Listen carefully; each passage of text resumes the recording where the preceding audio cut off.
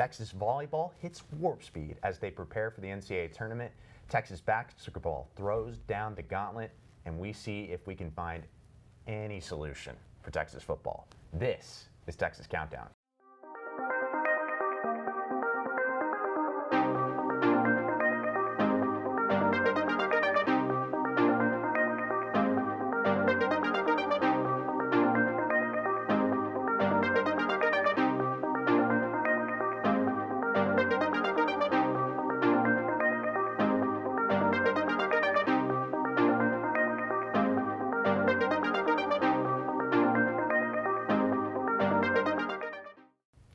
Welcome into another great episode of Texas Countdown, and we have an excellent panel today, starting with Adam Ogburn. Adam, how are you?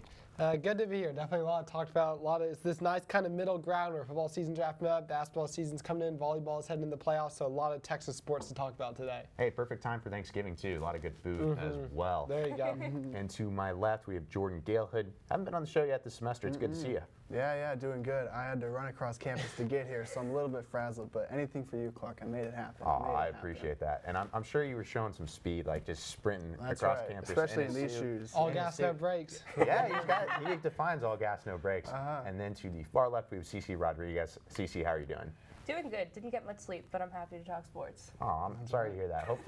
Hopefully, in spite of your lack of sleep, you show some great energy. Well, you always do, but we have great energy on the show today. I'm sure we're going to have that in spades, and we're going to get right into it. So we're starting with Texas Volleyball. They're 21-1 this season, #1 team in the country, high expectations, expected to win the national championship after getting so close last year, and it's starting to wind down with only 3 regular season games left against Kansas State and Texas Tech. But they're not really focused on that because they have the Big 12 locked up at this point. They want to focus on winning a championship. So what does Texas need to do to best prepare for the tournament? Jordan? I think that, look, this is going to sound like an oversimplified answer, but I think that the best way for Texas to prepare is just to keep on winning.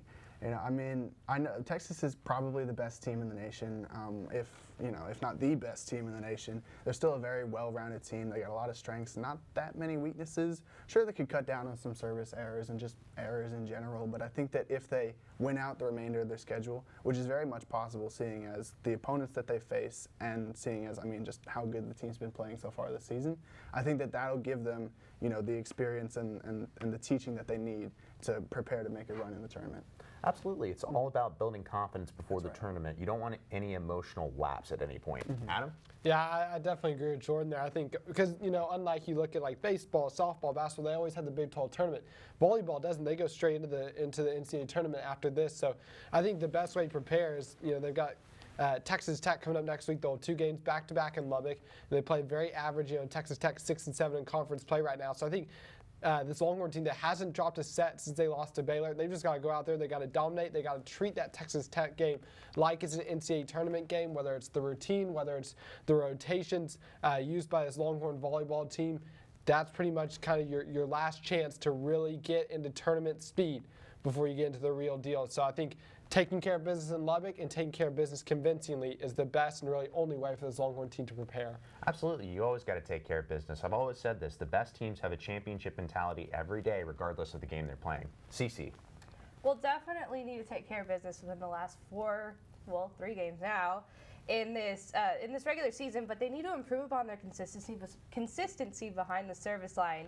Even if Texas plays their best games in the tournament, struggling behind the service line will cost them their run at the title this year. You can be up, and then when you get to that last 5 points, other teams can be up 24-22. One service error, you're done. You lost it. National championship, bye-bye.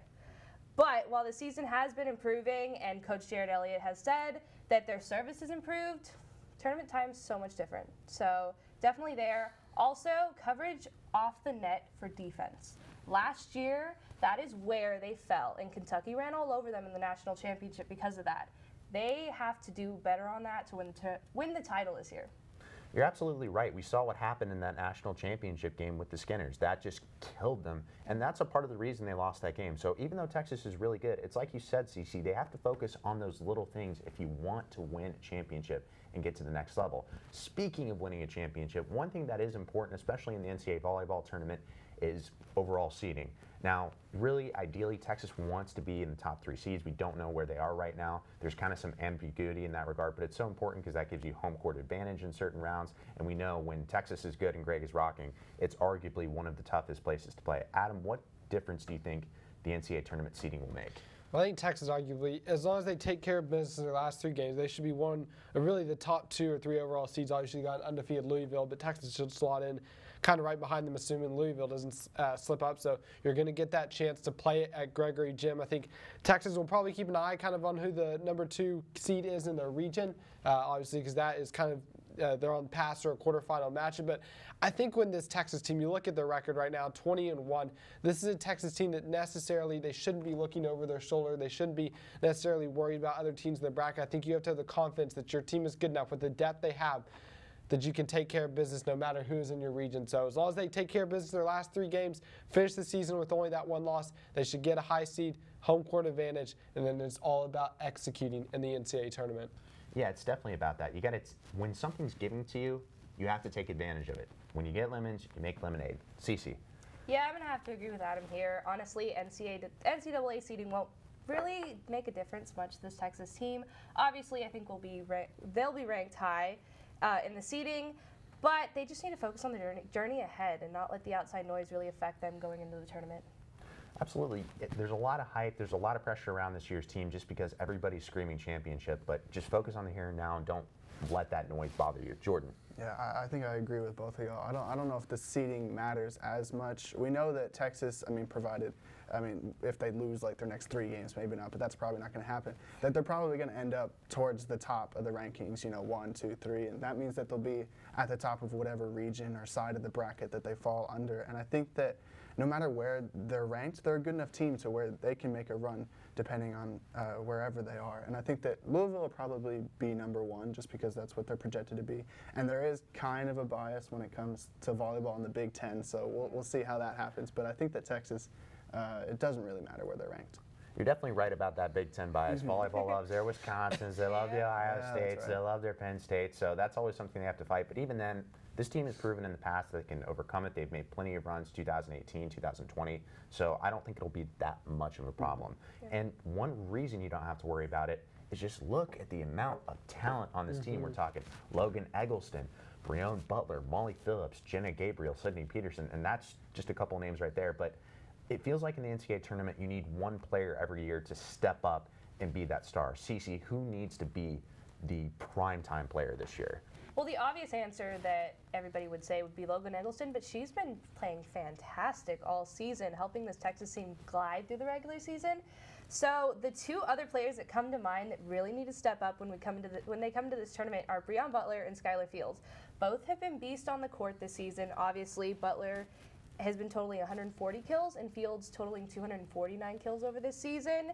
Yet the key to getting this far, like I said, is being aggressive on the net. Both of them need to really step up their aggression on that net, especially Brianne Butler at that middle blocking position. You're absolutely right. To me, even though Logan Eggleston is great and she's probably the best player on this team, the X factor has always been Brianne Butler because it kind of gives you the bat. That's Batman's Robin in a sense when Brianne Butler's in there. And the middle blocker is so important because they play a defensive role as well. And it's just like you talked about previously. That played a key role in the championship this year, and if they get that fixed, it'll turn it around. Jordan. Yeah, well, Cece said the obvious answer was Logan Eggleston, and I'm going to go with the obvious answer just because, I don't know, it requires less analysis on my part.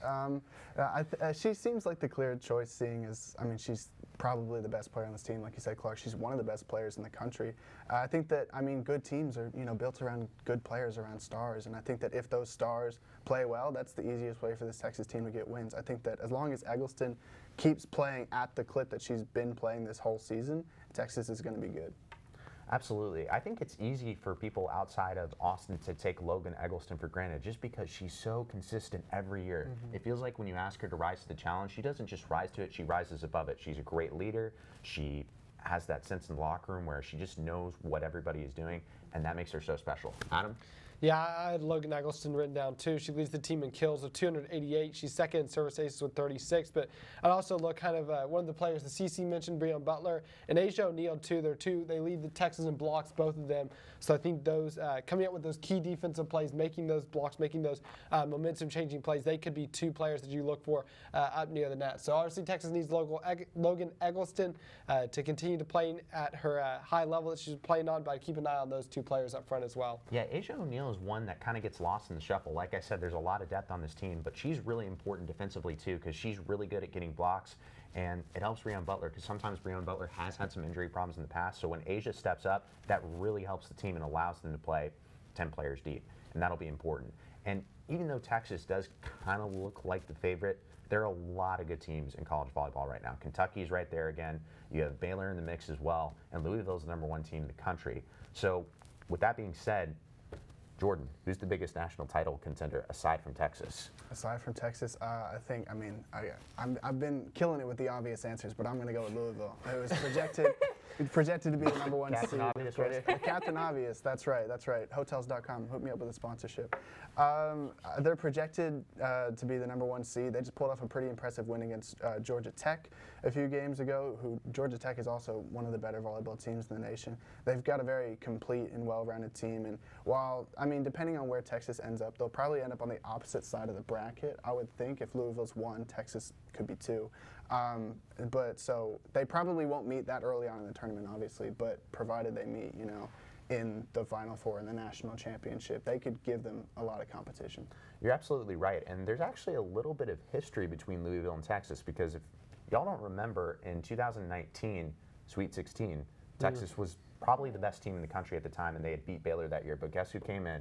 This little scrappy Louisville team, and we know what happened. They got upset in the Sweet 16. So I think they could definitely give Texas some trouble. Adam? Yeah, that was a wild game because Louisville was up 2-0. Texas came roaring back. Greg was rocking, and then Louisville shut them down in the 5th set. So I have written down Louisville's the easy answer. So I'm gonna go beyond that. I keep an eye on Wisconsin. Look at this team with the pedigree they have under their head coach Kelly Sheffield. She's taken the Badgers to the national semifinals the past 2 seasons. They were national runners-up in 2019. Dana Rettke, she's third leading player at Wisconsin in all-time kills for them. Sydney Hilly is one of the leaders in the country with assists per set. So this Wisconsin team, they have some key players. They have a coach who knows how to get it done, and they have a program that knows how to get it done. Like you said, Big Ten volleyball is no joke. Keep an eye on these Badgers in the NCAA tournament. Well, unfortunately, there is a Big Ten bias, but there's a Big Ten bias for good reason because each program in the conference is so consistent. They have tradition, they're well run, and Wisconsin definitely fits the bill. Cece? I had the same answer. I'm going to go with Wisconsin. I know they're ranked #5 right now, and that might turn away some people, but their regular season schedule is a lot tougher than everybody else, including Texas. So their 3 losses on the season are to Purdue and Maryland, Purdue being a tough opponent, currently ranked right behind them at #6. So going into this tournament, they're going to take on some tough opponents, but they're going to be prepared because they've been practicing the past 3 months in this really hard regular season. So with players like Dana Rettke, Bijan Robinson, and Grace Loberg, they're going to be strong contenders for that title too. Absolutely, and it's one of those things where, Cece, you bring up a good point, is I think a lot of times people get scared when a team loses a couple games in the regular season, but look at the strength of their schedule. If they're playing quality opponents, they'll actually be more tournament ready than some other teams. And let's just ask the big question now. Is Texas going to win the national championship? Has this finally been the year? Is this finally the year? They've been knocking on the door for the past 3 years. Adam? I'll say yes because, if you look at this team, compare last year's roster to this year, 10 players were on the team last year. This is such a deep team. We've mentioned so many players, obviously, Logan Eggleston, Brianne Butler, Asia O'Neal, but then you've got the Molly Phillips, the Jenna Gabriel. This Texas team is deep. There's so much talent there, and I think they'll learn from last year's national title loss, and because they have so many players coming back from that national title loss, I think this program is in a perfect place to take that one final step this year and come home with a national title. I agree with you, Adam. I think it's kind of a nice little story arc we have because we have 2018, they got close, but they just weren't quite good enough yet. Then 2019, they got a lot of talent, but then, weren't quite ready for the big stage yet. And then they get to the national championship game finally, but they get surprised by a pretty good Kentucky team. So it's one of those things where you have to take your bump sometimes, but it's worth it in the end. Cece? I'm calling it now. They're winning the national championship this year. If you look at the Texas roster, like he said, they didn't really lose too many starters, this team, except for graduate transfer libero Morgan O'Brien. She played a really big role in last year's team. So that would be the only one that comes to mind. But the heartbreak on their faces last year said it all. They were coming to avenge that loss, and they're going to do it. So. Yeah, and it's the last dance for a lot of players too. This is going to be Logan Eggleston and Brianne Butler's final opportunity to win a national championship. And I think it would be a shame if they didn't, just because they're two of the best players to ever walk through here. And I think they're so motivated that they have a really good shot to do it. Jordan? That's right. You know what? I'll go out on a limb, as Cece didn't say too. Yeah, Texas is going to win the national championship. There we go.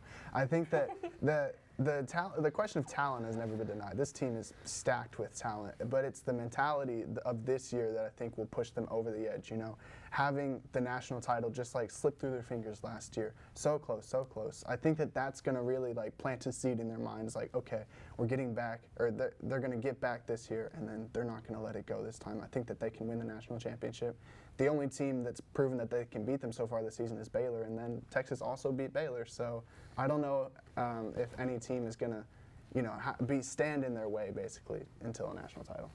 You're absolutely right. It's one of those things where you can see the confidence has been built over the past 4 years, and there's a little additional fire where you know this is the last time we can win a championship together as a team. And to me, I think that's a huge motivating factor, and I'm optimistic to see how Texas does going into the tournament. And when we come back, there's plenty of reasons to be optimistic about women's basketball after their upset over the defending national champion Stanford, and Chris Beard's team learned some hard lessons against Gonzaga. Stick around, you won't want to miss it.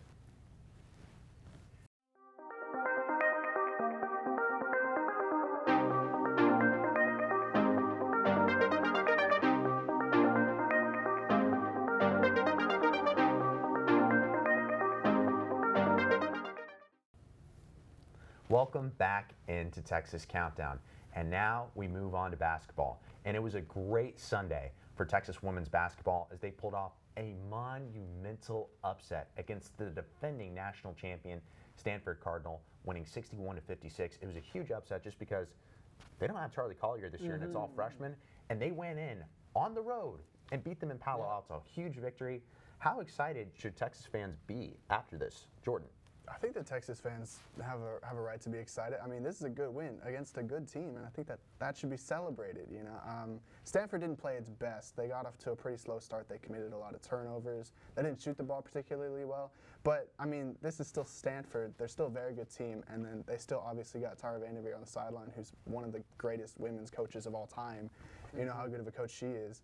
Texas is now ranked 12, I think, after that upset. Vic Schaefer's fired up. They got some great young talent. So, yes, I give Texas fans permission to be excited.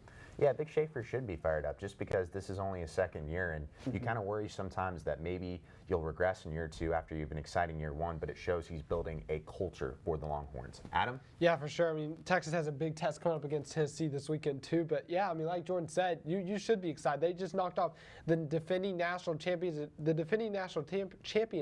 that returned 12 of the 13 players on their roster. So this is a very similar Stanford team as the one that won the national championship last year. Sure, they may not have played their best game, but how about the Longhorns looking at freshman Rory Harmon leading the Horns with 21 points? And how about Mississippi State transfer Aaliyah Mathuru? She had 17, so it's really cool to see this new blood for the Longhorns stepping in and filling that void left by Charlie Collier. If these freshmen, if these new faces can continue to step up, I think with the head coaching experience of Vic Schaefer, what he did at Mississippi State, this Texas team could be very dangerous this year. And Adam, you bring up a good point because sometimes when you lose a great player, a lot of teams just fall apart. But what Texas did was smart. They accommodated for that. It's like, even though we lost Charlie, what's something we can use that can fill that void? And they did that with three-point shooting with Rory Harmon and Aaliyah Mathuru. Cece.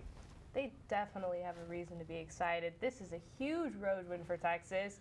Like you said, being the defending national champs, it's just huge. Coming into the season, Charlie Collier losing that was a huge, huge worry for Texas fans.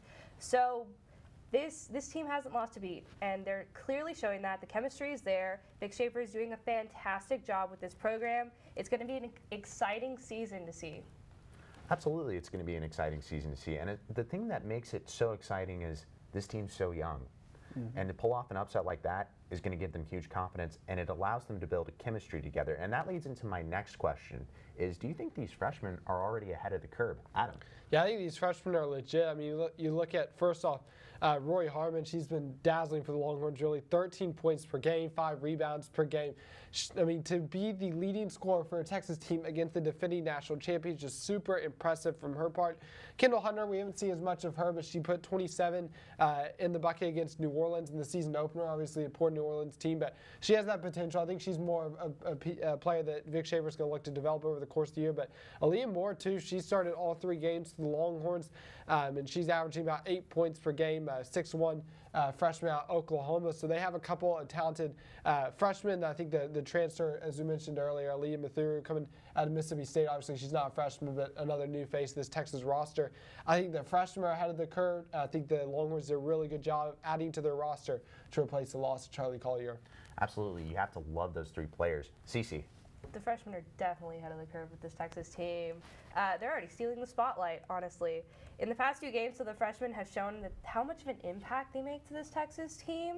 Rory Harmon with 21 points and 5 rebounds in the Stanford game, and then Aaliyah Moore with 9 points and 3 rebounds against Stanford. I would say that these are amazing stats for freshmen, especially against a caliber team like Stanford. Absolutely, and Rory Harmon has just been so impressive already. One thing that really stands out to me watching that Stanford game is her ball handling ability. And the highlights on Press Box this week, you saw she had that little ankle breaker, and everybody in Palo Alto went crazy when she knocked down that pull-up jumper. Jordan? Yeah, I think that the freshmen definitely are ahead of the curve. I know we've mentioned it a bunch of times, but the loss of Charlie Collier not only created a vacuum, in points and scoring, but also in leadership. This is a very young team, and I thought that they might come into this season undisciplined, not being able to gel together, but that really hasn't been the case. They've looked really good, really disciplined. They have great chemistry, and yeah, I think that the names we mentioned, Moore and Harmon, have all been really good. I mean, as you said, Clark, that one where she absolutely snatched that Stanford player's ankles, that's a highlight that, you see some of the best players in the country making those. And I think that having that under her belt already it proves really good for Harmon and for Texas. Yeah, if y'all haven't seen that snatch, go check it out. It was really cool. And now we're going to move on to Chris Beard's team. And last week we were talking about this is a team that has a lot of talent, and we were excited for the Gonzaga game, but we weren't quite sure what to expect. It was kind of a mixed bag because, yes, they fought hard in the second half, but they did lose 86-74. So what do you think the number one thing they've learned is, Cece? An important thing to note is Chris Beard said before this game, no matter what, his team was going to win because they were going to learn about themselves, whether they won or lost, right? So I think coming out of this game, Texas may have been ranked a little too high in the preseason rankings, but that doesn't make them a bad team. They actually played really well against Gonzaga. They just couldn't get that win. They just need to learn to be more aggressive, take more shots, especially shooting threes. I think that's where they lacked during that game especially. And finding their glue guys other than Brock Cunningham is where they need to go. Yeah, no offense to Brock Cunningham, but he cannot be the only player trying to stop Drew Timme. And that's what the aggression you talked about, that's really what killed them on the inside. As you saw Trey Mitchell, he's kind of a finesse post right now. He needs to be a little more aggressive defensively when he's defending Timme, but that is really hard to do against Drew Timme. Jordan? That's exactly what I was thinking, Clark, about aggression. I think that this team needs to get more aggressive on defense, more toughness, which usually has never been a problem with a Chris Beard-led team. Toughness is kind of his brand. But I felt that they were playing very soft defense, kind of sitting back on their heels.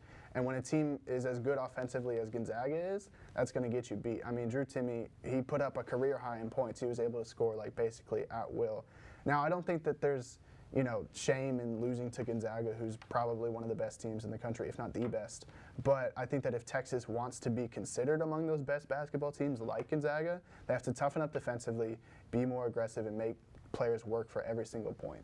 Yeah, you're absolutely right, especially in the NCAA tournament when the game starts to slow down. What usually wins is defense that's tight and doesn't allow anything inside. Adam? Yeah, you look at the stats from Texas Gonzaga. Texas out-rebounded Gonzaga. They shot better from the three-point line. But, the big difference, I think, was Drew Timme on that night. 37 points for him. And so I think this Texas team, they're going to continue to gel. Obviously, it's a bunch of new faces. I think the biggest thing Chris Beard needs to kind of keep learning is how he's going to do the rotations. Obviously, they've got Dylan Disu coming back, too, here at some point whenever he's back healthy. So Beard's going to figure out how to incorporate them. He's going to figure out how deep he wants to run once you get into conference play. They've hit it on the aggression. I think another thing that Cece kind of mentioned too is having those shots, especially for 3 points. I was watching their game against Northern Colorado, and there was one possession where Christian Bishop, he clearly passed up 2 3-point shots that he could have had. So sometimes this Texas team is almost making one too many passes. So not being afraid to have a 3 if you have a good look at it. But I think this Texas team is going to continue to improve. Maybe 5 is a little bit too high for them to start. But I think that is definitely an attainable mark for Longhorns to reach by the time March rolls around and this team is gelled.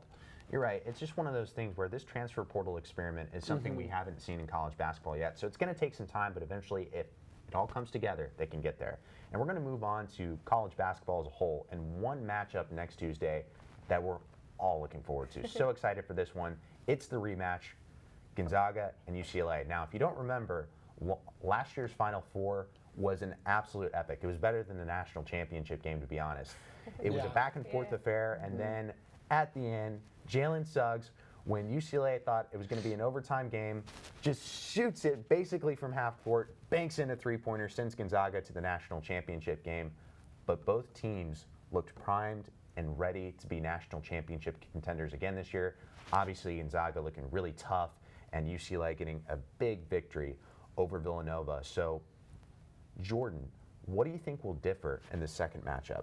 I think that what's going to differ, I don't know if anything much with UCLA will differ, seeing as they're returning a lot of starters from from last year's team. But I think with Gonzaga, they lost Corey Kispert, they lost Jalen Suggs in the draft, but getting Chet Holmgren in, who is one of the most exciting freshmen in college basketball, I think is a big boost to Gonzaga. I mean, obviously they have Drew Timme, but having Holmgren in there, that's really good for their offense and for their defense as well. I think that if UCLA wants to win against Gonzaga, they have to, like Texas, be aggressive on defense, get rebounds off the glass, don't let them score easy buckets. I think that UCLA is going to be playing with a bit of a chip on their shoulder after the loss last year, and I think that it might be different this time around. Gonzaga still might win. I don't know. There probably won't be an amazing game-winning shot like last time. That would be pretty cool if it happened, though. It would be pretty cool if it happened, but you have to doubt it just because that's kind of a once-in-a-lifetime shot. But I think, Jordan, you brought up a good point. Gonzaga is the upside this year, while UCLA is the experience and chemistry. Adam. Yeah, I think one cool thing to mention, just kind of unrelated to the game, Dick Vitale's going to be on the call for ESPN, so cool to see him back going through cancer treatments right now. So obviously thoughts with him, it'll be cool to see him back on the broadcast. But if you look at, I think Jordan kind of hit it, obviously Gonzaga, that they've got some players to replace, obviously Suggs and Kispert. I think the one player that you didn't necessarily mention was Iowa State transfer Rasir Bolton, averaging about 13 points per game for the Zags. So be interesting to see, can he step in, can he provide some crucial points when Gonzaga needs it? Because I think this game, you saw Gonzaga hung 86 on Texas. I think this game will be a track meet again. I think it's going to probably take 80 points to score. Both these teams just have such talented offenses. So Gonzaga's going to need players like Holmgren, they're any Bolton to step up on the big stage and help pour in points, because Timme will not be able to beat this UCLA team single-handedly. And Adam, the thing with Gonzaga this year, the one question they have is at guard. And we know in the NCAA tournament there are three things nowadays with the three-point line, the development of that can win. Great three-point shooting, a good big inside, and a great point guard. Usually most teams that win the championship have that just stud point guard, and right now Gonzaga doesn't really have that, but UCLA does with Johnny Uzang. Cece. This matchup is just going to be great overall. It's one of the most talked about non-conference games of the season. Like you guys said, it's going to take a lot. Both offenses are pretty great. Definitely the difference is going to be, like you said, UCLA returning most of their starters from last matchup. So we're going to see the experience and if they can pull off that win.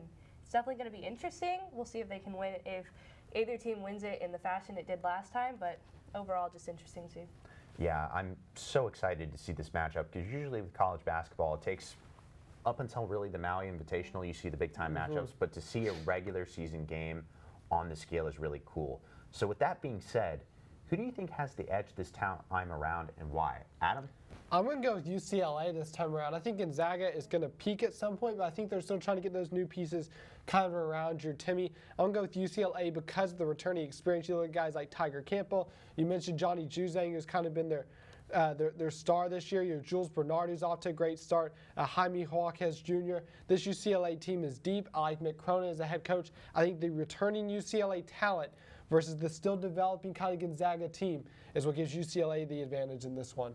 Yeah, and one thing we didn't really talk about yet is Mick Cronin. Just what a good coach he is. He's won at Cincinnati, he's won everywhere he's been, and he's turning UCLA back into a power. Cece? I'm going to have to agree with Adam here. UCLA has the edge this time with the experience, but I think UCLA wants it more, and they want to get that win. They want to avenge that last loss. And sometimes that's what we see happen in these matchups, where the team that lost is just so devastated that they focus on it all offseason, and that leads them to victory. Jordan? I thought that I would have the different answer by picking UCLA, but it turns out I had the same as everyone else. I think that UCLA, despite being the lower seeded team, actually probably does have the edge just because, like Cece said, that mentality, you know, having a lot of starters back from last season, that means that not only do they know how Gonzaga plays, they played them recently, but they also have that recent loss fresh in their mind, and they're going to go in with that mentality of, you know, this team sent us home last season. That's not going to happen again. I think that also UCLA already has a quality win against Villanova, and one of the knocks on Gonzaga, or well, it was last season at least, this season's a little too early to tell, was that they didn't really have any quality wins. And I think that UCLA having that quality win already is a pretty good bolster to the resume. Jordan, that was a great point you brought up, because that's Gonzaga's one Achilles heel as a program. Is no offense to the West Coast Conference, there are some good teams like St. Mary's, but they don't play the competition that they do in the ACC, Big 12, or even the Pac-12 with UCLA's case. But we'll have to see, and it'll be a great matchup, and I'll definitely be tuning in on Tuesday. And when we come back, we got to address it. We're talking Texas football and C-Block, and also, is Lincoln Riley on the move? Find out next on Texas Countdown.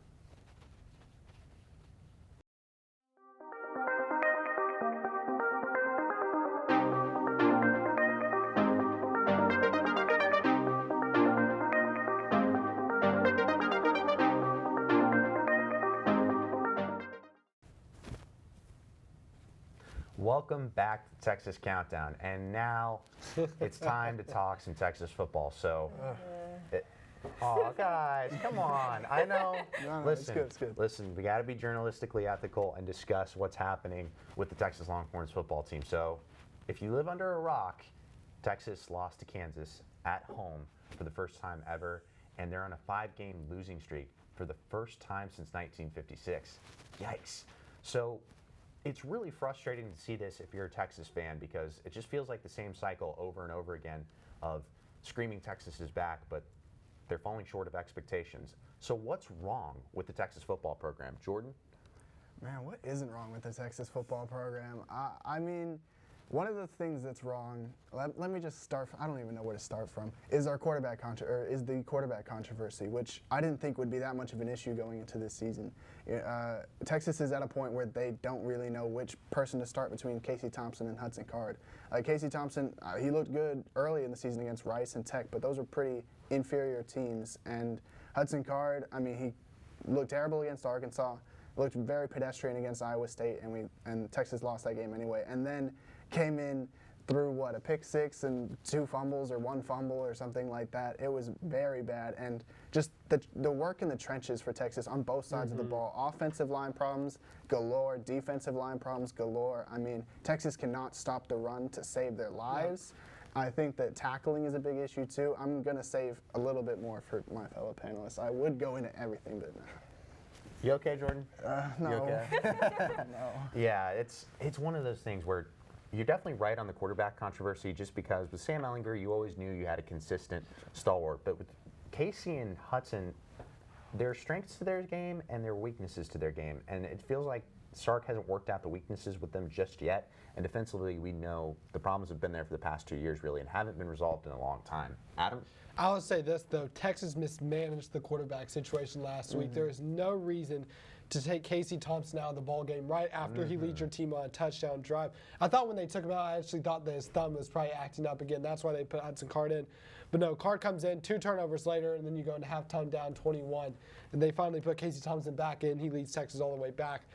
So it needs to be Casey Thompson from here on out this season. Hudson Card's just not ready yet, especially not behind an offensive line as inexperienced as this. I think once it was kind of all Hudson Card up at Ames, you didn't really have the same confidence that he was going to be able to lead Texas back as Thompson would have in that game. But Jordan hit on the run defense as well. Texas gave up 143 rushing yards to Kansas' starting running back, Devin Neal. It seems like if you play against the Longhorns as a running back, you're guaranteed to have at least 100 yards. A little bit nervous to see what Deuce Vaughn's going to do here in Austin in a couple weeks. So, but this Texas team, too, I mean, the first half especially, just looks like there's a lack of passion out there. There's a lack of hustle plays. I mean, this Texas team, Sarkisian's got to try to get his guys' body. He's got to try to rally them around, hey, we need to win out to get into a bowl game. I think that's all about that Texas has left to fight for this year. So hopefully he can rally them around, because the end of that first half was very, very bleak for the Longhorns. Yeah, you're definitely right about that, Adam, where it's one of those things where as a coach you have to know the temperature of the locker room, and you need to convince your guys to get back to their confidence. And I just don't know if Sarkis is doing that right now. And I think that might be the reason they're playing a little flat, is they just don't feel the same way they did when they were 4-1. And I think, honestly, it was a terrible idea to start Hudson Card in game 1 and then put him in Arkansas when he was not ready yet, looking back on it, just because it screwed up his confidence. Yeah, I agree. That's right. Cece. Well, if they haven't taken everything that's wrong with Texas football already, it is everything. If it's not coaching, it's injuries. It's both atrocious lines. It's the quarterback controversy. It's the play calling. Like, what isn't wrong with this Texas team? Being at the game last week, booing them felt great going into halftime. So what isn't wrong, and what can you do? At this point, it seems like a miracle needs to happen for them to at least get bowl eligibility, to win a game, to, be up at halftime. Like, it just, everything. Yeah, and it hurts because it's one of those things where it's been a tale of two teams this year. Because remember, when they were 4-1 going into Red River, ESPN had them as a college football playoff sleeper, like with an 11% chance to make it. So the problem is not talent with this team. That's what I keep trying to tell people. I feel like a lot of blame has gone on the players, but really, Bijan Robinson, Xavier Worthy aren't trying. Alfred Collins is not trying. DeMarvion Overshone is not trying. I'm sorry. I see effort from this team. And it's like you said, the play calling has been terrible. He was supposed to be an offensive genius from Alabama, and we haven't seen it yet.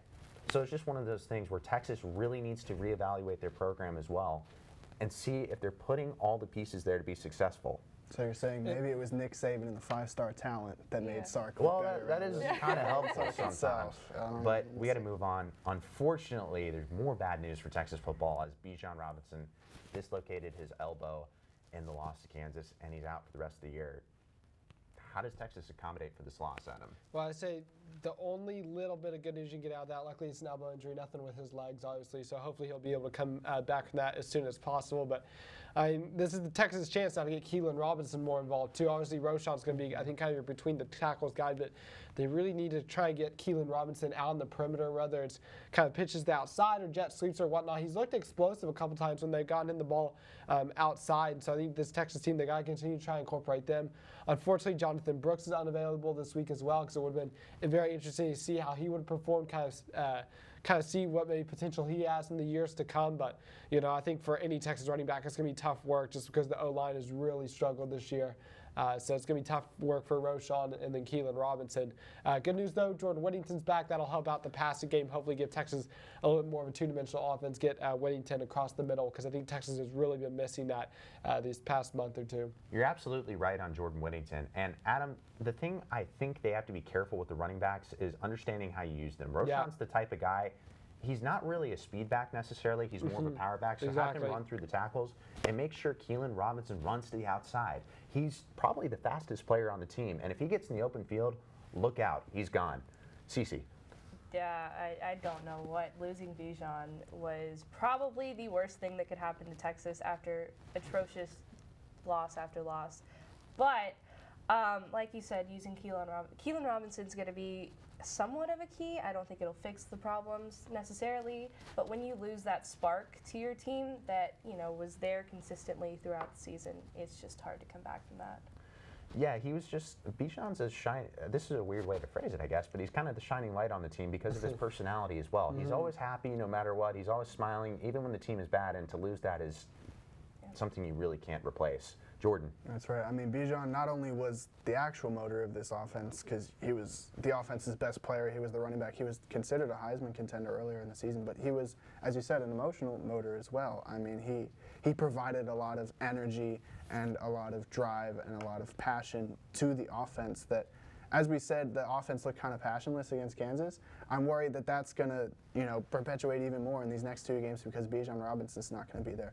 However, like Adam said, I think that Roshan Johnson and Keelan Robinson are 2 very capable backs. They're not Bijan, obviously. I mean, not many people are Bijan, but I think that the run game, it'll be okay as long as, we run Roshan between the tackles, we get Keelan Robinson outside, and I think that leaning more on the pass game might have to happen, which it'll help that Jordan Whittington is back. It might not help that, the quarterbacks can't seem to throw it without throwing picks, but I might put that against, I might blame that on the atrocious pass protection as well from the offensive line. So I think that losing Bijan is definitely a big hit to this offense. You're right on, Jordan, and it's one of those things where you have to understand how to use the pieces in their offense. One thing we've not seen at all this year, Texas does not throw to tight ends. Jarek Wiley is a great playmaker when he gets the ball in his hands, and he's pretty capable in the red zone. And Cade Brewer has his moments, and also Jatavian Sanders is a developing freshman. And one thing I don't think that's been utilized enough this year is Casey's got a strong arm. He can throw the ball downfield. If they throw the ball downfield more, that might lead to more success offensively. The only thing I'll say about that is I think especially I recognize this against TCU as there wasn't enough pass protection to allow downfield route to develop. So I think That's that true. might be But- kind of the problem they're battling on that. But one thing you could do is let Casey run through a moving pocket. Don't have him necessarily stand in the pocket. Let him go right away because he's Casey's pretty mobile. quick. He's fast. They like when he those gets in the downfield open field. crossers, and that allows him to roll out and hit the receiver coming across. Exactly. And on Texas Countdown, we're giving you more knowledge on scheme as well. And Bijan, if you're watching this, please get well soon so you can have a great 2022. As I'm on the show. So let's switch to major college football because maybe we'll give you a little bit of hope with this next story if you're a Texas fan because this is an interesting development. Now the LSU head coaching job is open now because Coach O's leaving after the end of the season, and a couple names have popped up. Jimbo Fisher, Dabo Sweeney, not much traction though, those are just kind of rumors. But this week in Norman, something's been brewing. And we're going to play a clip real quick about Lincoln Riley talking about the LSU job. And The University of Oklahoma football team. And you guys know me. You know how I feel about this place and this program. So we've all been down this road many times before. You guys know where I stand on that, and that hadn't changed. Interesting. Deny, but kind of looking down a little bit. And now there are reports from multiple news outlets that said LSU has offered Lincoln Riley an 8-year, $96 million contract, which would make him the highest paid coach in college football. And if about Scott Woodward, he's the athletic director who orchestrated the Jimbo Fisher move to Texas A&M. So if anyone can sell Lincoln Riley to LSU, it's Scott Woodward. Do you think this is going to happen? I know it's a rumor, but sometimes where there's smoke, there's fire. Cece. I mean, there's a possibility, but I think that's even far-fetched. I think Lincoln Riley's definitely happy where he is. He can make a difference where he is right now, and especially with the OU move to the SEC soon. He's going to be there one day. He's going to get there. So I say no. That's just, Okay. That is true. There's a lot of stability at OU, so that is a reason for him to stay. And he does kind of seem like he definitely believes in the school pride aspect. Jordan? I think that it's certainly a possibility. I mean, as Cece said, I mean, Lincoln Riley's been building something at OU for a while. I don't know if he would want to just leave that. But you know what's a pretty good reason, is money. And LSU can offer stacks on stacks on stacks on stacks of money. I think that also Lincoln Riley, he's been said to be somewhat of like a quarterback whisperer. I mean, we've seen that with previous quarterbacks like Kyler Murray, Baker Mayfield, Jalen Hurts. Probably not Spencer Rattler. He's been let's forget about Spencer Rattler. But even Caleb Williams has looked good this season. I think that LSU, they've had a great defense. They've had great receivers, good running backs in the past. One of their sore spots has always been quarterback, with the exception of Joe Burrow. And I think that bringing Lincoln Riley in to fix that quarterback problem, I mean, that kind of solidifies LSU as a contender for like years to come. And I think that's what Lincoln Riley may be thinking is my entire life, LSU, aside from Ohio State and Alabama, has produced the most NFL talent. Odell Beckham Jr., Jamar Chase, Tyrann Mathieu, Super Bowl winner right there, Patrick Peterson, Glenn Dorsey was a pretty good defensive tackle for a while and was getting attention as a #1 pick. Leonard Fournette, Jeremy Hill, that's basically Justin Jefferson as well, who's a Rookie of the Year candidate. That's an entire NFL team right there. And when they did get Joe Burrow, look what they did. They won a national championship. So Lincoln Riley might be thinking, even though Oklahoma's good, they're not necessarily positioned to win national championships upon national championships. If I go to LSU, I could become a legend and maybe build a dynasty in Baton Rouge. Adam, am I wrong? I think money talks. I won't be surprised if this ends up happening. I would be careful what you wish for if you're Lincoln Riley leaving an Oklahoma program where they've really had sustained success. I would agree with you that I don't know if Oklahoma is in a position to win a national championship. Their defense has never been good enough once they get into the playoffs. So this might be a chance where he says, well, LSU has the defense in place. If I can go fix the offense, which has kind of been LSU's problem. When you look back all the way back to 2011, the 9-6 game against Alabama, it's kind of been the LSU offense that's been kind of the Achilles heel, or at least in the quarterback position. So I think this move, when you look at the missing pieces, when you look at the LSU quarterback situation, the move makes sense. I'm going to go ahead. I think it happens. I think it's a little bit. I think the money will be the difference. I think Lincoln Riley will take the money. I think he'll go to LSU, especially because Oklahoma's come to the SEC. I think Lincoln Riley is better as a Big 12 coach. But since Oklahoma's gone to the SEC anyway, I say he takes the money and takes the hope of winning a national championship at LSU. Adam, it's certainly a possibility. $12 million per year is not bad. That sounds like a pretty good salary good from to what me. I've heard on the streets. I would so, take it. yeah, I think If he doesn't all take of it, us. I'll take it. Sign me up. Sign me up. But anyways, we got to move on really quickly.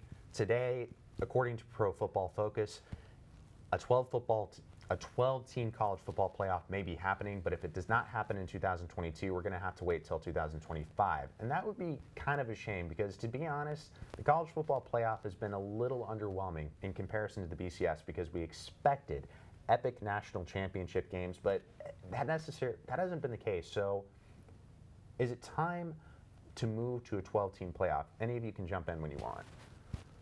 I think 12. I've always kind of been a fan of the 18 playoff. You get the 5 conference champs, best group of 5 team, and 2 at-larges. I think 12 is a lot. They're going to go to 12. It's all about the money. So they're going to go to 12 at some point. I don't think that's in question. I think 18s will be a little bit better because you start looking around the 10, 11, 12 line. I mean, those teams realistically don't have a chance to, win the national championship. I mean, you've seen what Georgia's done, when obviously Kentucky and Arkansas, they were ranked higher, now they've kind of fallen back. But Georgia obliterated them. I think 18 would be the best option, but they're going to go to 12. So it's just a question of when it happens. It's all about the money in college football. Yeah, I agree with you. I think 8 would be a nice balance, but they're definitely going to go to 12 because more games equals more TV money. Money talks. Money talks. That seems to be a theme throughout this block, but I think the key is we know that it probably does need to be bigger at some point. That's right. I think that it'll definitely go to 12. I mean, looking at more games means more money, money talks. I mean, the NFL added a new playoff team 2 years ago. They added a 17 game this season. That's all about that money. And I think that having 12 teams not only gets the NCAA more money, but I think it's more engaging for the viewers as well because you have chances of when there's 4 teams in the playoff, there's not really a chance for any upset. Like obviously, all the 4 teams are very good, but if you have the 1 seed playing against the 12 seed or something like that, it's not like if you have Georgia playing against I don't know whoever's 12 now. UTSA, I'll say UTSA. They're not gonna be. Not a San Antonio bias. They're not at all. Totally not at all. But imagine if UTSA wins that game. That's a great story. College basketball is all about Cinderella stories. I think that college football could be as well if they incorporated 12 teams. And Jordan, you bring up a great point because I feel like that was kind of the idea initially with the college football playoff is they wanted the March Madness, the ridiculous revenue that March Madness generates. If you don't know, March Madness still generates more revenue than the Super Bowl does every single year. And even if you put the NFL playoff and that together, it would still generate more money. And the more you can make it like that, where there's always a sense of anticipation that anyone can win any year, that's healthy for the sport in my opinion. Yeah, I would have to agree with them. Honestly, money talks, and I think it would be great as a viewer to have more interesting playoff games and national championship. I mean, you're sitting watching a game Monday in January, and it's the most boring game. And why would you want to watch it? Why am I viewing into this? So I think it'd be more interesting. No, you're right. Why would you want to watch a 70-28 game between Oklahoma and LSU like you saw in 2019? That's not engaging. I'm going to flip it to something else on New Year's. Is the Macy's Parade New Year's? Yeah. Thanksgiving. That's But there's No, like no, there's a it's the Christmas Rose Bowl. that's the Rose Bowl parade. Rose Bowl parade. Yeah. I know there was a parade. Yeah, Different countries. y'all knew what I meant at home. Yeah, but there's a lot of stuff on New Year's. That's the point, is you can switch it to as a viewer. So if the games aren't engaging, why do you watch that? And I think that's the idea of having a 12-team playoff. It should probably happen sooner than later. We will see, though, because only time will tell. And we talked a lot about money in this block, and what movie has this quote? Show me the money, Jerry Maguire. Jerry And I think Maguire. that gives you a clue as to where we're going next. It's time for Texas Countdown Trivia. Stay with us.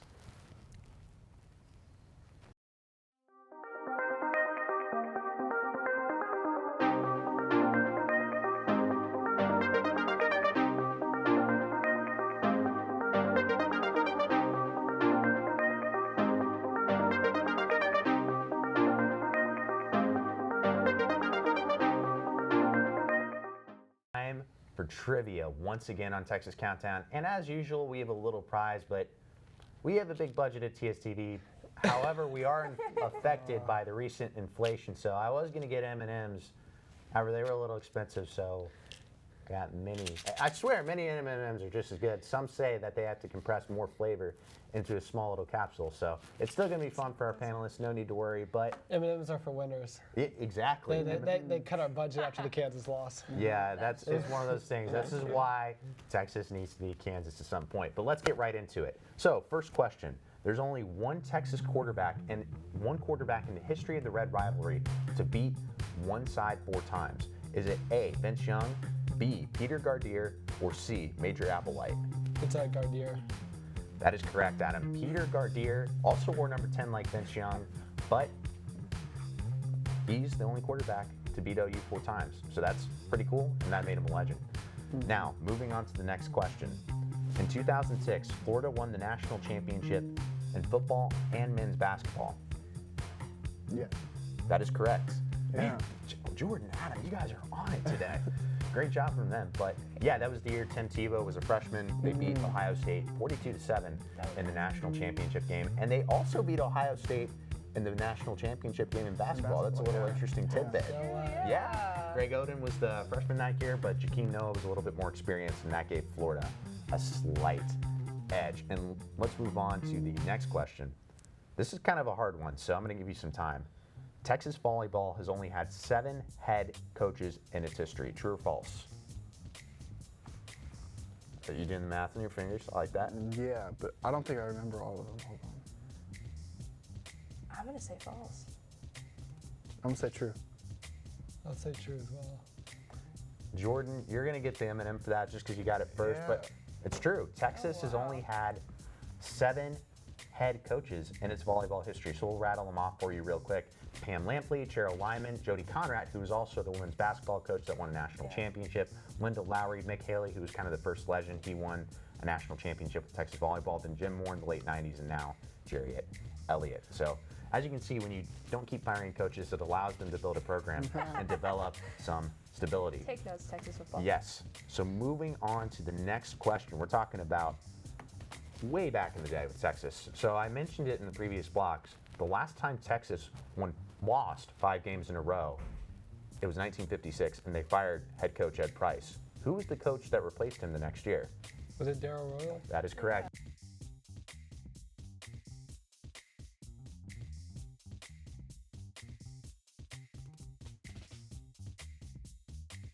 The man who built Texas football started as a Sooner. Maybe Texas should go for Lincoln Riley. I'm just saying. Like that. Maybe that's the key. I don't know. Repeat history. Repeat history. But we move on. So, final question. This is a hard one. Who is the only player to win the Heisman twice? A, Archie Griffin, B, Tim Tebow, C, Barry Sanders, or D, Peyton Manning? I'm going to give you some time. This is a hard one. I have the computer in front of me. If I wanted to cheat, I could look it up. But I would guess Archie Griffin. I was gonna. That's correct. Okay, It is yeah. Archie Griffin. He won it in 74 and 75. Tim Tebow won once as a sophomore, but he got lost close out the to Mark second Ingram time. in 2009. Yeah. And then Barry Sanders won one in 88. Peyton Manning actually never won a Heisman. He lost to Charles Woodson in 1998. And that's a wrap for trivia. Adam wins this one. Great job by him.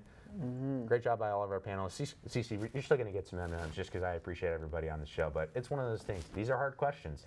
And if you have any more ideas, submit them to us, or any interesting trivia bits, be sure to send it our way at TSTV Sports. When we come back, you're going to know who wins the games. It's a pick'em time.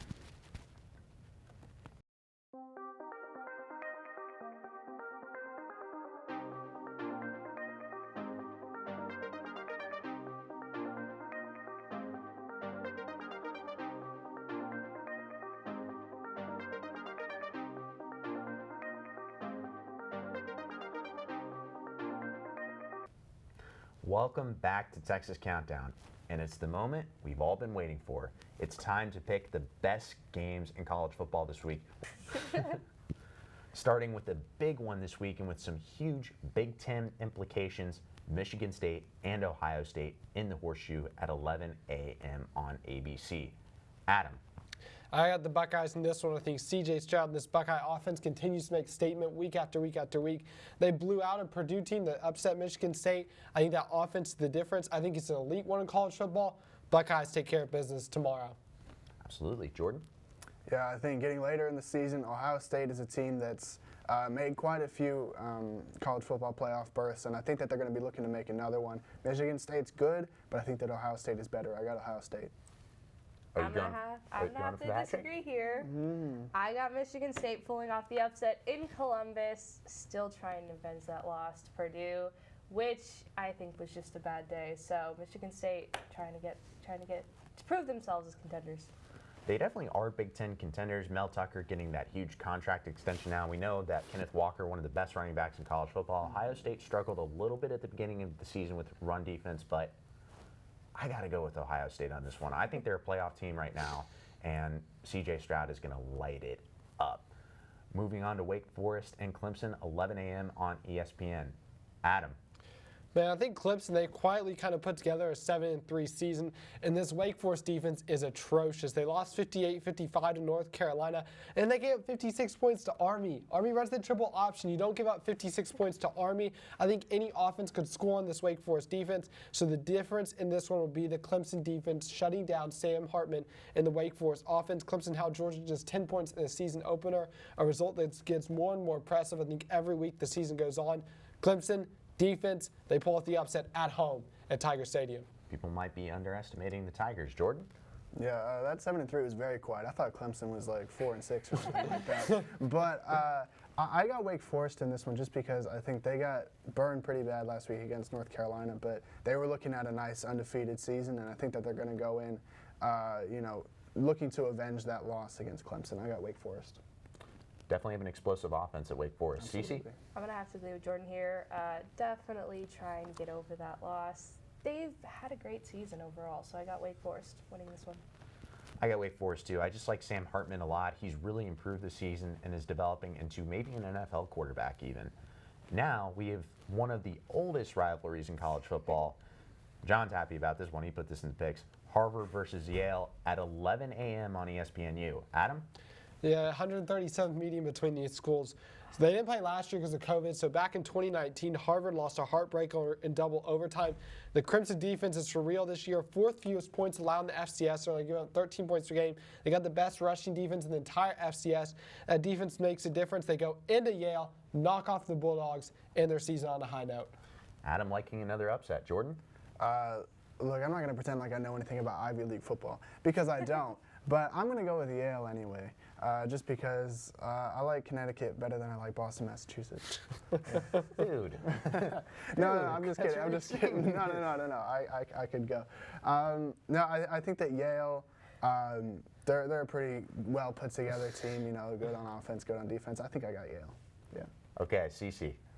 I think I love Cinderella stories. I'm going with the upset. Yale just been doing great. They're coming out strong. I think they want to do better and get this win. If this is the best game they play this year, the only one that matters, they're going to do it. I got Yale. Go Bulldogs. Yeah, we know this rivalry means a lot for both schools. I got to go with Yale. I like their quarterback. He's a nice little player. His name's Nick Crooms. He's a nice little dual threat. He'll make the difference in this game. I was going to say, honestly, though, Yale's probably the best team in Connecticut. Yeah, Yale versus Connecticut, that would be a good matchup. I'd take Yale on that one. Me too.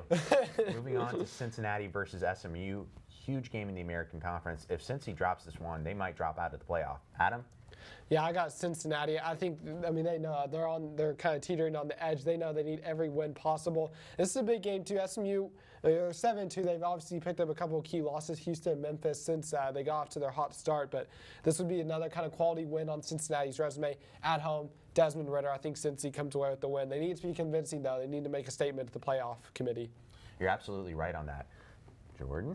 Yeah, unfortunately, because I do like Cincinnati and I do want them to make that playoff push, but I think that, I don't know, there's always that moment when these, really good kind of lesser considered teams.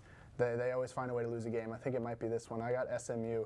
SMU is a good team. They're 7-2, 8-2, something like that, and they're right behind Cincinnati in the AAC. I think that they're going to want to look to beat them in order to get to that conference championship. Tanner Mordecai has looked like a pretty good player this season. He's definitely made a difference for SMU and done a nice job of filling in for Shane Buechele. Cece? Everything is on the line with Cincinnati right now. Obviously, they're not given the recognition they deserve when they should be put in the CFP playoff. But I think Cincinnati's got this one in the bag. Bearcats winning big. All right, I think it's going to be a close game, but I think Desmond Ritter is going to step up just because SMU's defense is not that strong. We saw the collapse they had against Houston, and I think that makes the difference in this one. Moving on to Baylor versus Kansas State, 4:30 p.m. on FS1. Adam. Battle of the running backs in this one. Baylor's Abram Smith going up against Kansas State's Deuce Vaughn.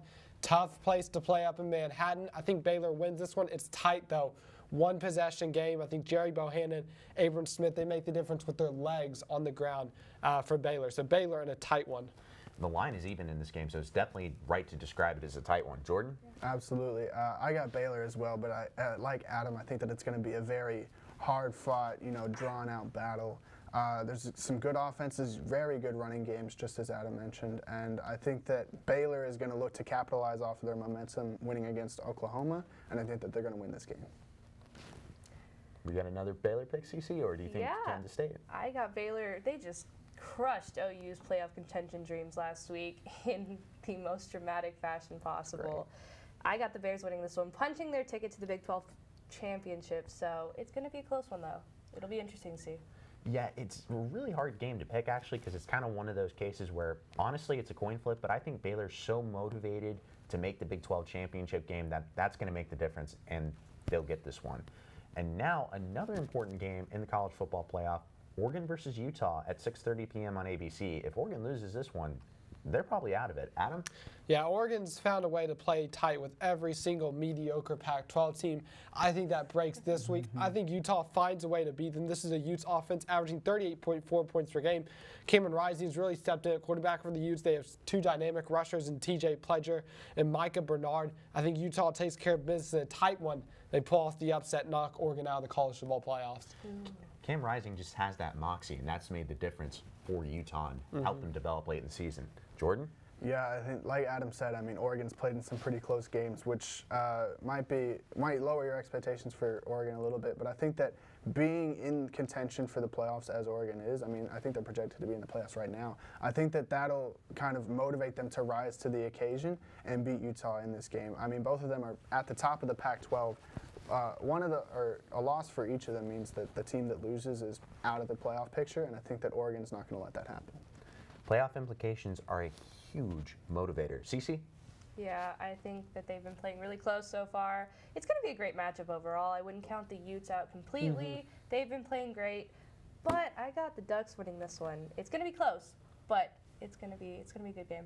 I think this is the first game we're all split on because even though I do like Oregon, I don't think they're a playoff team, and they're going to fall. This is going to be the week because this is probably the best team they play in the Pac-12, and Cam Rising, since he's been inserted for Utah, they've been a different team, and they're now ranked number 23 in the country, and they're going to set out to prove that they are a Pac-12 contender still.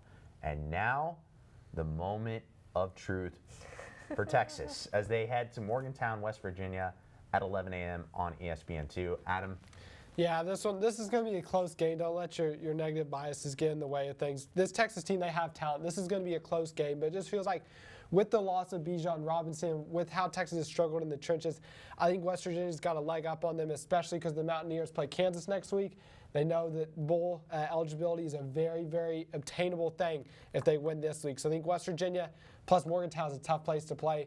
West Virginia in a tight one, the Mountaineers pulled out by one score. I could definitely see that. It's one of those things where there definitely should be reasons for optimism surrounding the Texas program because there's a lot of talent, but it's hard to bet on them with the momentum they currently have. Jordan? Yeah, with all the hardships that Texas has faced over the last few weeks, that can cause them to either, rally and overcome, or it can just bury them into a hole. And unfortunately, I have to say that I think that this is going to bury Texas into a hole. I mean, that Kansas loss was terrible, not to mention the four other losses that came right before it. And losing Bijan Robinson is a huge, huge blow to this offense. I think that West Virginia, I don't know if it's necessarily going to be easy, but I think that West Virginia is going to win this game. Yeah, it's one of those things where the Bijan storyline it's hard to not let it affect your psyche as a player. Cece? Yeah, as much as it pains me to say and not pick Texas here, I got the Mountaineers winning this one. Texas is just too devastated. They look so lost, defeated, each week progressively worse. I don't know how that's possible. But that loss last week to Kansas, just awful, atrocious, embarrassment. What other words can I use to do that? West Virginia is definitely having a party in Morgantown this weekend. Look, y'all, I love to be the resident optimist at TSTV, and I want to pick Texas. I really do. But every time I pick Texas on Texas Countdown this year, they've lost. So maybe it's a reverse. If I pick West Virginia this week, Texas fans, they'll win. But I just think right now, with all of the negativity surrounding the program, it's hard for players to overcome that, and it's just one of those things where they're going to need to take a look in the offseason and really reevaluate what they need to do in order to get back to contending within their conference even. So there's still hope, though, because, again, Bijan Robinson will be back next year, and there are plenty of great sports at UT. Volleyball is doing excellent. Women's basketball looks great. And Chris Beardstein definitely can make a run in the NCAA tournament. But that wraps it up for our show. Follow us on TSTV Sports on Instagram and Twitter. One more thing. We forgot. Most important thing of the show. What? Yeah. Happy birthday, bro. Clark. 2 days ago, but a little bit of a happy belated birthday to our host, Clark Dalton. So I know there hasn't been a ton to celebrate in Texas football, but we want to celebrate you, man. Hope you had a great one 2 days ago. That's right. Happy birthday, my man. Let's all get it together. There we go. Now, even though sometimes it can be hard, We have a popper. yeah, we Yeah, can we maybe don't take a have- screenshot of There you that go. at some point if you're watching at home. But, all right, now we do the sign out. Thank you for the birthday wish, though. Of course. I didn't know y'all were going to do that. That was improvised. But anyways, be sure to follow TSTV Sports on Instagram and Twitter. And be sure to check out our other shows, College Press Box on Monday, College Crossfire with host Drew Jacob on Wednesday, and the 1-0 Sports Show on Friday. That's a wrap for us. I'm Clark Dalton. To everyone in studio and Master Control, thank you for watching.